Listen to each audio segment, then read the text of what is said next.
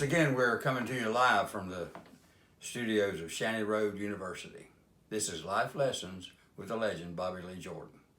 I'm so glad that you chose to spend just a few minutes with us so that you could, hopefully you'll learn something.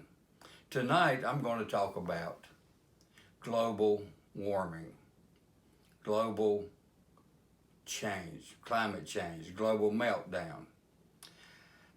It's something that you cannot go through a day without hearing about. If you listen to NPR, you'll think that is the very most important thing going on in the whole wide world. But I'm here to tell you that you can call me a denier if you want to.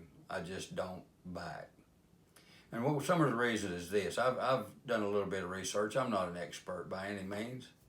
But I remember back in about 1972, listening to the radio, and the man came on the news and said, in the next couple of years, there's going to be a global cooling. There'll be famine, places will freeze, and we won't be able to feed the people, and there'll be mass starvation and mass deaths all over the world. I was about 19 years old, and that shook me up to think about global cooling, climate change. Well, it turns out that that really didn't pan out, so my fears were unfounded. I was young and dumb, didn't know any better. And then they have now come up with global warming, climate change. Let me give you a little information on why I'm so skeptical. I really believe it's nature. I just believe it's nothing but nature. The earth goes through these cycles. If you study a little bit, you'll see the cycles the earth has been through for millions of years. Now, here's what I wanted to try to convince you of. Before 1880, there was not enough data for scientists to accurately measure global average temperatures.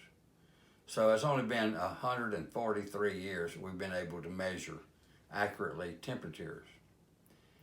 But the intelligentsia will tell you that the Earth is 4.5 billion, that's billion with a B, years old. So 140 years out of 4.5 billion is 0.0000000, I don't know how many, 0.1. So I don't put much faith in the modern day calculations.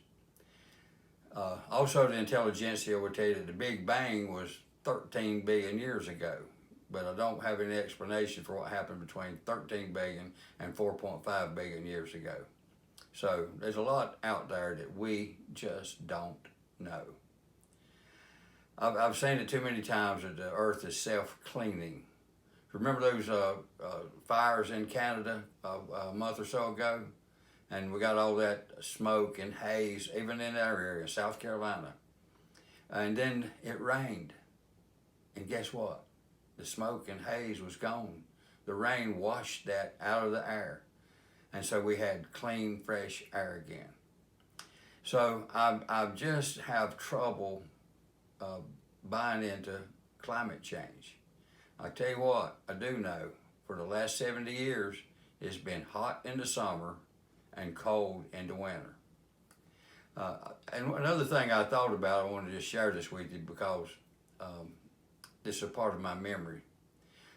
I remember my Grandpa Dewey and Uncle Oscar talking. This was in the early 60s when we started, really got the space program cranked up, and they were sending spaceships, capsules up into space for a day or something like that. John Glenn would circle the Earth 3 times and come back. I would do it all in one day.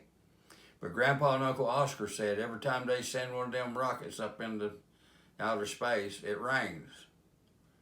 I was just a boy, and I thought, well, Lord have mercy, it never rained before they started with the space program. Yeah, it's rained throughout the history of this world. So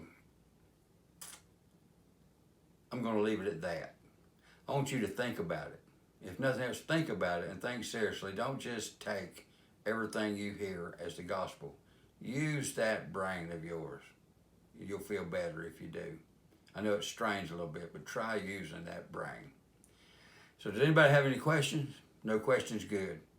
Until I see you again, Y'all act like you got some sense.